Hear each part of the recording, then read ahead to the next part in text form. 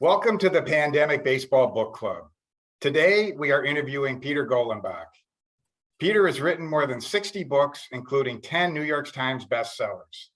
His best-selling books include Dynasty, the New York Yankees from 1949 to 1964, The Bronx Zoo with Sparky Lyle, Bums, an oral history of the Brooklyn Dodgers, Balls with Greg Nettles, Amazing, the miraculous history of New York's most beloved baseball team, and Idiot, beating the curse and enjoying the game of life with Johnny Damon.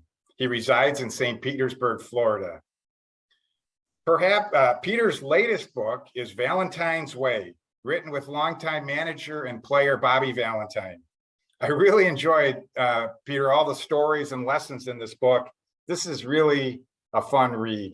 So thank you for being with us. You're very welcome. And I will start us off maybe with a question like, why this book and why now? Well, I have Facebook friends, and one of them I was talking to on Skype lives in Italy. And he was talking about his baseball friends. He had a connection to the Dodgers. So you know, I asked him who he was connected to, and you know, Bobby Valentine was one of the people he was connected to. Now, when I was in high school, I'm from Stamford, Connecticut. Bobby was playing for Rippewam High School, and I went to a Rippewam baseball game. And the shortstop for Rippewam High School was in the 9th grade. Now that's unheard of. I mean, absolutely unheard of. And it was Valentine. And then a couple of years later, I went to a Rippewam Stamford High School football game. It was a Thanksgiving game, and Bobby Valentine scored 6 touchdowns for Rippewam. As I sat in the stands and watched this guy, he looked like the greatest high school athlete I'd ever seen in my entire life. So, you know, this was 1967, 1968, something like that. And that never left me. I mean, I never forgot that. He should have been, well, let's put it this way. He was voted the greatest high school athlete in the history of the state of Connecticut. He in football and in baseball, you know, they were all state, either 3 or 4 years in football, 3 or 4 years in baseball. He was absolutely amazing. So at any rate, when my friend told me he was friends with Valentine, I said to him, would you happen to have Bobby's telephone number? Because the hardest part of my job is, you know, getting in touch with people. And he did. And he gave it to me. And I called Bobby. And, you know, I told him that I had seen him play in these games and that we were both from Stamford. He knew who I was. And let's write a book. And I'm happy to say that he did. And quite frankly, I'm a little amazed that this isn't like at the top of the New York Times bestseller list. This is one of the very most interesting people I have ever worked with ever. You know, so incredibly honest. He told stories about himself that, you know, most people wouldn't tell stories like that. And we talked for about 40 hours.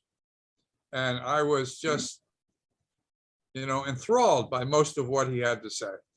And I really love this book. And I wish you know, tell your watchers to, you know, if they want to, you could either get it on Amazon or go to the library and read it. But there's so many stories in this book that you will find just absolutely fabulous. Yeah, no, the stories are amazing. I mean, let me ask you a question on the stories just before we move on. So, or in the process. So do you how you work? So do you have a tape recorder and you tape them for 40 hours? I have my famous cassette tape recorder from 1982. It's the third version of it, because, you know, every 10 years they break and I have to get a new one. So I go on eBay and buy myself a new one of the same type. people say to me, why don't you do it digitally? But I've been doing it this way since 1972, and I'm not about to change the way I do it. It seems to have worked for me. I interview these people on cassette tapes, and I have a cassette transcriber, and I sit and I transcribe the conversations on my computer. And it gives me a second opportunity to be with these people, to understand them and to get them and to know them. And so I do it my way. Well, I would just say, I think, I don't know Bobby Valentine other than sort of seeing him on, ESPN, but you captured what seems like his voice so well. Absolutely. That is his voice. You read this book. Well, that's my goal. If I do the Bronx Zoo with Sparky Lyle, I want you to read this book and make it feel like Sparky Lyle is talking to you. In the same way, I want, Bobby Valentine to be talking to you in this Valentine's Way book. Well, and it definitely feels like that. It's just fun. What is one thing maybe that you learned working on this book with Bobby? Something new or something old? There are a million things new. Just so many, fabulous stories. When he was in high school, one of the coaches from Providence came down to watch another baseball player play a game against him, and brought with him his assistant coach, Lou Lamoriello, who became the general manager of the Long Island, the hockey team, the Islanders. But at the time, Lamoriello was coaching in the Cape Cod League. And he saw Bobby play and he said, I want this kid playing for me. So Bobby Valentine was the only high school player in the history of the Cape Cod League to play, which is amazing. These are college stars playing on the Cape in the Cape Cod League. He was playing for Yarmouth, and he was in center field, and he made a spectacular catch. And he comes in, and it's his turn to hit. And so he's standing there very close to the plate while the pitcher is warming up. And the catcher, who he didn't know who this guy was, but it was Thurman Munson, says to him, kid, if you stand there, the pitcher's going to hit you in the effing head. You better back off. So he did. And he gets back into the box, and Munson says to him, I just saw the catch you made. I want you to know, the next time I get up, I'm going to hit a ball over your head. I'm going to hit something you're just not going to be able to catch. You're not going to do to me what you did to that kid. So Bobby goes back into the outfield, and Munson gets up, and sure enough, hits a home run over his head and over the fence. And it's funny because Munson used to tell that story and nobody believed him. At Munson's funeral, Bobby came and told that story, and Munson's wife started to cry because Munson had told her that story and she didn't believe it. It's just great.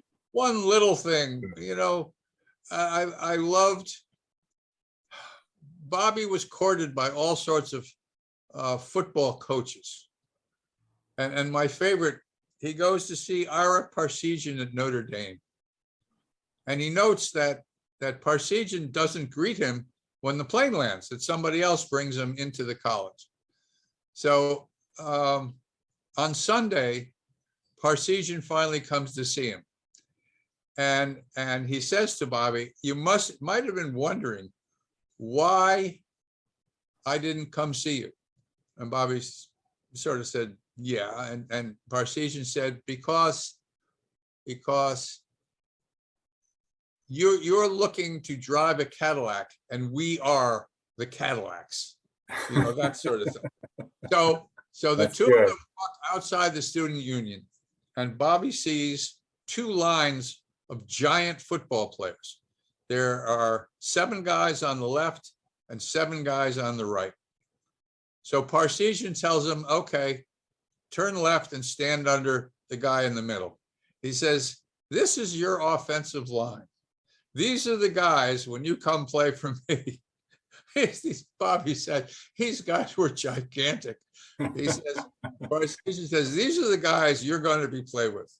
He says, okay, now turn around. And again, another group of humongous football players. And Parseghian says to him, and in case you decide to go to that other school, he was also going to go to USC. And in fact, he did go to USC. Parseghian said to him, these are the guys who are going to be coming for you. Which I just, the imagery of it all, I just thought was fantastic. That's fun. So working with Bobby, what was that like? Was he easy to ask questions to? Did you just ask him a question and he'd talk and you'd record it? And, absolutely. No, that's right. That's exactly right. As I said, most of the time when I do a book with somebody, it's 20 to 25 hours. Bobby and I talked for 40 hours. We talked on the telephone.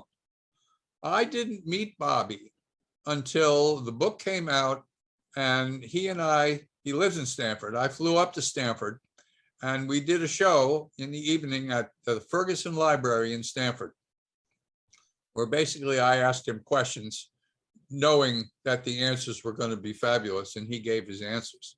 We had a lot of fun. And after that was over, we went to his restaurant. Bobby has a wonderful sports restaurant with about 142 televisions all the way around the place. And he feted me and my family and friends, and we just had a great time. That's great. How any particular stories from working with him that?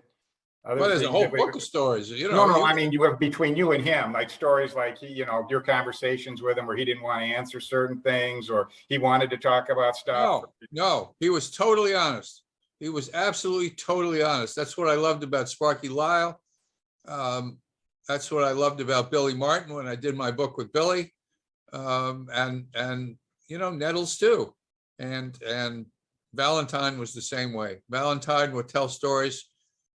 So many times he got in trouble with his big mouth. I was going to call the book Big Mouth, which would have been a very good title for it, until I learned that he had spent 8 years as a manager in Chiba Lotte in Japan. And after the 8 years, he thought, well, this is enough. I'm going to come back to the States. Not only did 100,000 people sign a petition asking Bobby not to leave, but they named a street after him in Chiba Lotte. And the name of that street, of course, was Valentine's Way. It's a perfect name. And I thought to myself, well, I mean, shoot, if they're going to name a street called Valentine's Way, I might as well publish this book as Valentine's Way. And that's why the title was changed from Big Mouth. No, it's a great title. How you said it was total of 40 hours, but sort of in terms of days, how long did it take basically, over how many days or weeks was that? And then how many days or weeks does it take to get your book in the public? Hour and a half each time. I try not to let it go much more than an hour and a half because I don't want the other person to be tired. Right. You try talking for an hour and a half and see how you feel. I believe it. Yeah. I mean, it's 15 minutes and I'm tired of talking. Was there anything that particularly surprised you either in working with him or from the book itself? No, nothing surprised me. Certain things saddened me. I mean, he had records before he injured himself with the Angels. He could have been Ichiro. If you know Ichiro's incredible batting numbers, he could have been Ichiro. And he got hurt. He shouldn't have gotten hurt because he was actually playing shortstop for the most part. But on this particular day, the center fielder got hurt, and the manager asked Bobby to play center field that day. And batter hit a ball, and he went to the fence in the Angel Stadium and caught his foot in the fence there and just shattered it. And he never became the player that he could have been. That's really the sad part. Yeah, and I mean, just reading the book too, he had all the other injuries. He had the injury from when he was playing the touch football earlier on, and That's then he right. had But this that great was not surgery. Yeah. nearly as devastating as the one that he did with the Angels. They were projecting him to be an all-star. He should have been. It didn't happen. Yeah, no, that was that. I mean, it just sounded devastating and then the malpractice suit following up from that too. Yeah. Was sad to read. So Yeah, well, again, his big mouth, he was in the minors and somebody asked him, how are you feeling? He says, oh, I'm fine. I'm ready to play. He wasn't fine. He wasn't ready to play, but he was trying to, get the organization to bring him up. And so in the trial, they they quoted him in the newspaper saying, I'm fine. And that helped defeat him in the law case. A lot of there's a number of stories that he tells that sort of puts others in a bad light. I mean, he's telling truthful stories, obviously, and I'm just curious, when he was telling you those, how do you do any sort of, do you push him on him, like are you sure this is right? Or I remember there was the story about the Levinsons, the agents, where he was not very flattering towards them, and I'm just curious that you're just taking down what he says and putting in the book, or Bobby Valentine's story, and he is certainly entitled to it. He is certainly entitled to it. I've written all these books. I've never been sued by anybody in my entire life, not by anyone. Yeah, I wasn't even thinking of that so much. Just, I mean, that was one of the things that I really enjoyed about the book, was its obvious sort of willingness to tell stories that, Sure. And, it was the same way. I mean, it goes back a few years. Was it pretty much the same with Nettles and Lyle when you were Absolutely doing of it? course. Sure. Yeah.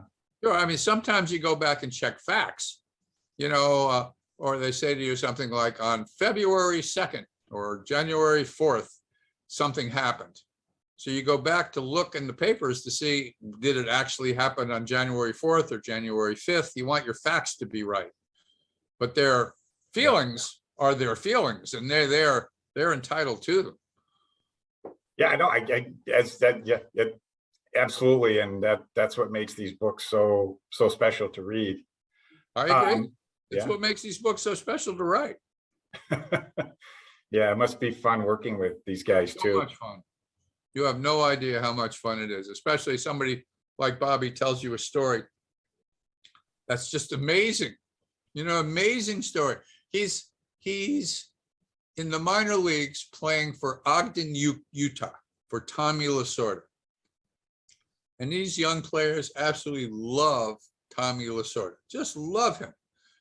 He's treating them like they're his sons. But one day he says, I have a homework assignment for you guys. I want you to write the guy who's in your position on the Los Angeles Dodgers and tell him that you're coming to take their job away. He's telling me this and I'm thinking, are you crazy? But they're 19 years old. Lasorda told them to do it, and everybody except Steve Garvey did it. So you got Bill Buckner, Tom Paciorek, and a couple others do it. And what that does, of course, is that the Dodger manager goes crazy. He's been the Dodger manager since 1954. And he just thinks that what Lasorda is doing with these players is just terrible. So Bobby never has a chance to make the Dodgers. I'm drawing a blank at the moment for the Dodger managers. Well, Walter Alston. Walter Alston, thank you. So Alston just hated Bobby, hated Paciorek, hated Buckner.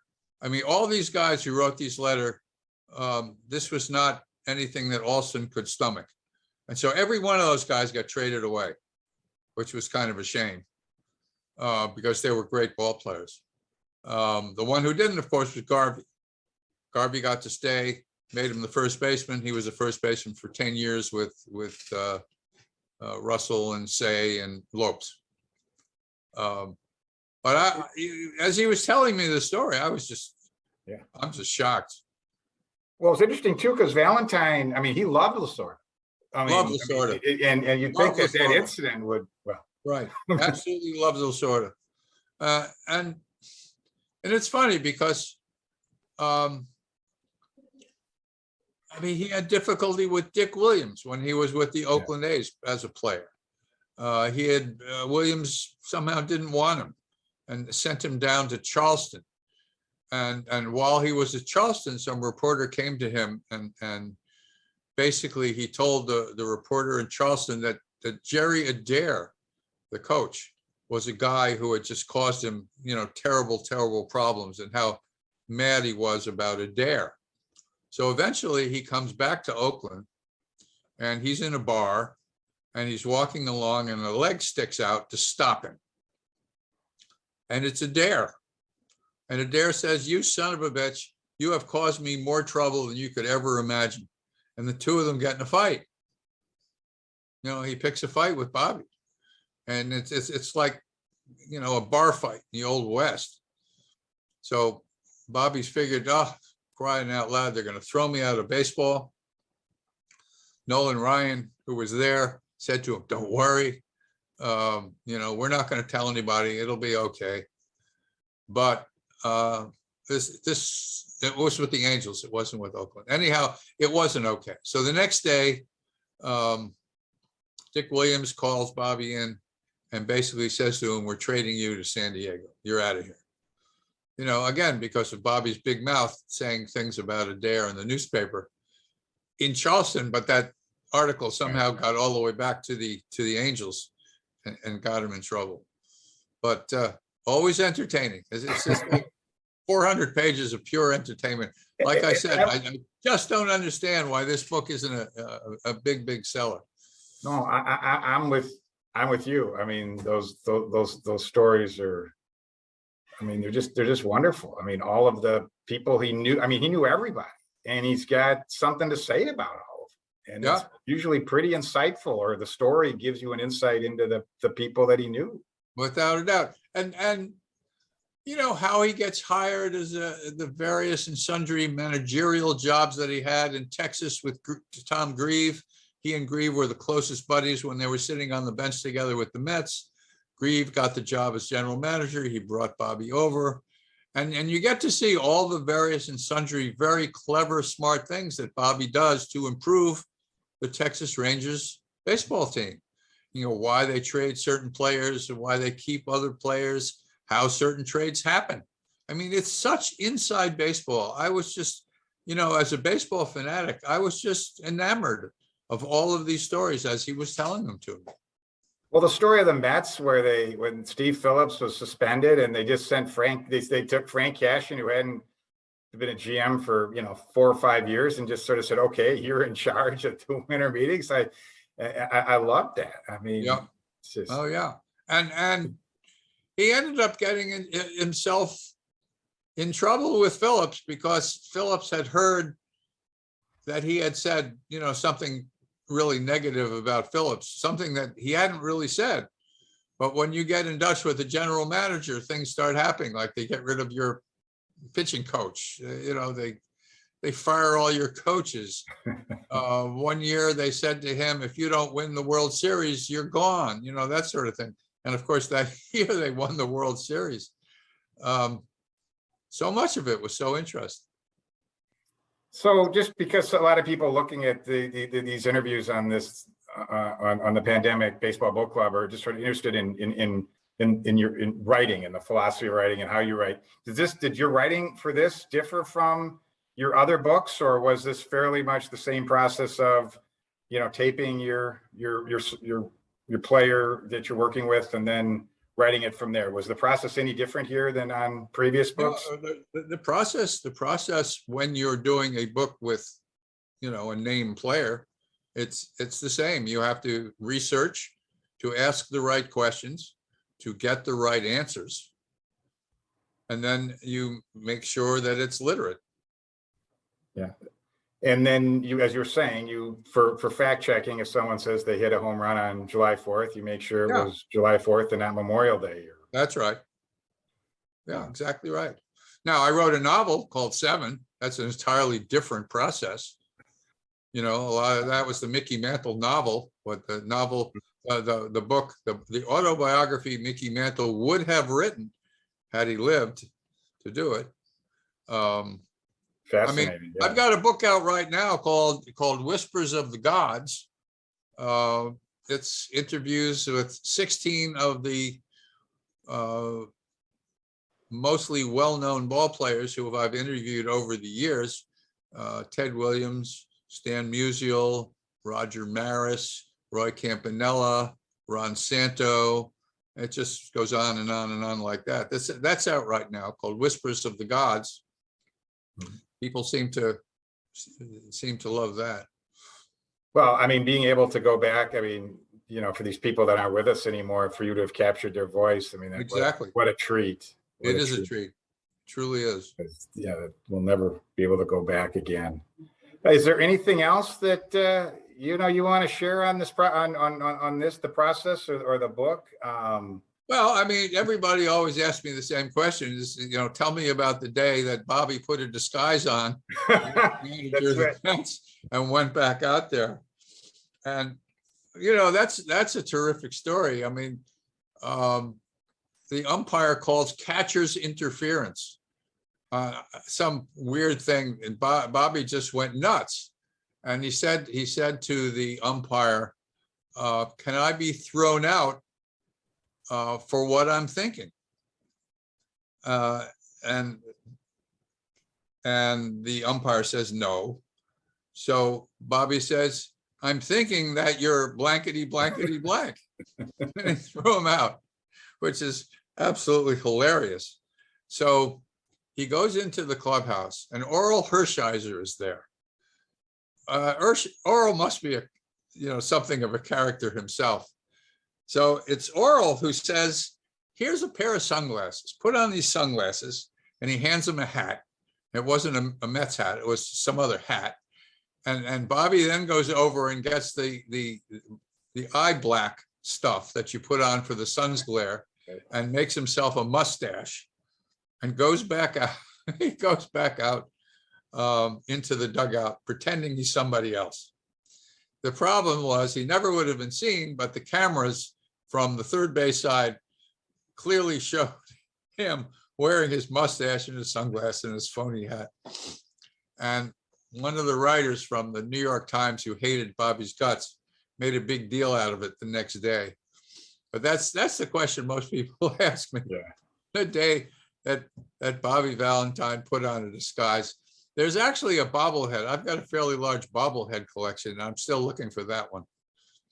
What's interesting too about that I found most interesting about that story when you had it was that Hershiser egged him on, and there was another player too. I'm thinking that there was some that's a player's kind of egged him on to do it. Right. There was a second player. That's right. Yep. Yeah. So that was fun. And one of the other things I've enjoyed a lot of things, but sort of getting his perspective on that year in Boston, where he was obviously, the press was pretty tough on him. And well, it was fascinating, actually. They promised him 2 years, and in August they traded away his 3 best hitters, and then the team went into the toilet, and then they fired him. I mean, it was terrible. Yeah, no, and you getting the inside scoop from him was really interesting and fun. Yeah, even Red Sox fans have found that interesting, believe it or not. Well, it's really been great talking to you. This is a really great pleasure to be able to talk about baseball with you today. The pleasure is all mine, Dan. Thank you very much. You're welcome.